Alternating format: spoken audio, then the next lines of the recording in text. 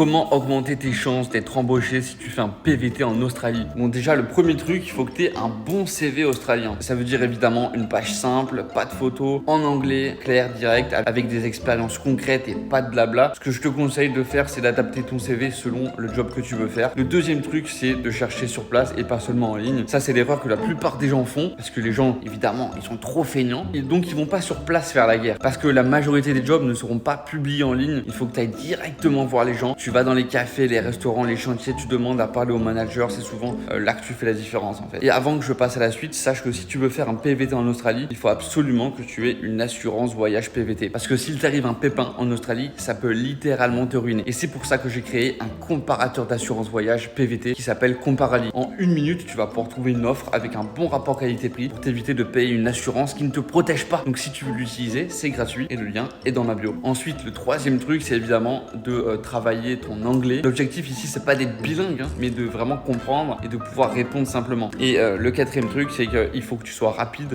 et disponible parce qu'en vrai, les recruteurs en Australie, ce qu'ils veulent, c'est quelqu'un disponible tout de suite. Donc en gros, il faut que tu puisses dire que tu peux commencer aujourd'hui ou demain, quoi. C'est pas du tout comme en France. Cinquième truc, essaye de construire un réseau. Ça, c'est une clé qui est souvent sous-estimée parce que beaucoup de jobs passent par les amis, les collègues ou les rencontres que tu vas faire. Donc essaye d'être sociable le plus possible, de parler à tout le monde et de dire que tu cherches du travail autour de toi. Sixième truc, choisis la bonne ville. L'erreur classique, c'est de rester à Sydney alors que dans les villes secondaires, il y a souvent moins de concurrence. Ouais, il y a des régions où c'est beaucoup plus facile. Ah ouais, l'Australie, c'est un vrai Eldorado.